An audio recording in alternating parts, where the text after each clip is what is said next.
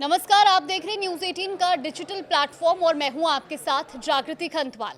हाल फिलहाल में अंतर्राष्ट्रीय स्तर पर कई देशों के आपसी रिश्तों में तनावपूर्ण स्थिति बनी हुई है। खास तौर पर अमेरिका इस वक्त कई देशों को अपनी बात मनवाने के लिए कभी युद्ध की चेतावनी दे रहा है तो कभी टैरिफ धमकी। अब एक बार फिर अमेरिकी रिपब्लिकन सीनेटर लिंडसे ग्राहम ने भारत, ब्राजील और चीन को सस्ता रूसी तेल का आयात करने पर कड़ी चेतावनी दी है। उन्होंने कहा कि इन्हें ट्रंप की व्यापार कार्रवाई का सामना करना पड़ सकता है।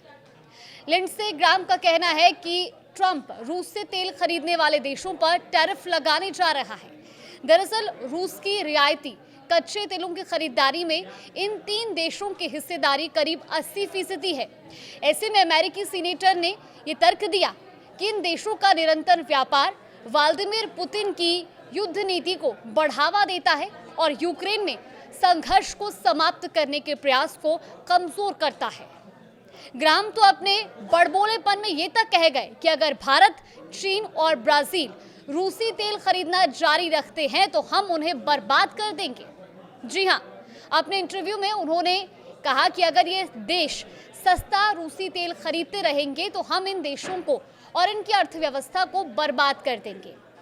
अमेरिकी रिपब्लिकन सीनेटर लिंडसे ग्राहम ने ट्रंप की कार्रवाई की चेतावनी देते हुए कहा कि ट्रंप प्रशासन निर्णायक कार्रवाई करने के लिए तैयार है और पुतिन को सैन्य अभियान रोकने के लिए 50 दिन का अल्टीमेटम दिया गया है, नहीं तो कड़े प्रतिबंधों का सामना करना पड़ेगा, जिससे तेल खरीद को लेकर रूस की अर्थव्यवस्था में सहयोग देने वाले देशों पर जुर्माना लगाना भी शामिल है। ग्राहम ने कहा कि पुतिन को चेताया गया है और ये भी कहा कि अब पुतिन की बारी आ रही है और डोनाल्ड ट्रंप अमेरिकी राजनीति और विदेशी कूटनीति के स्कॉटी शेफलर है और वो पुतिन को बुरी तरह से हरा देंगे।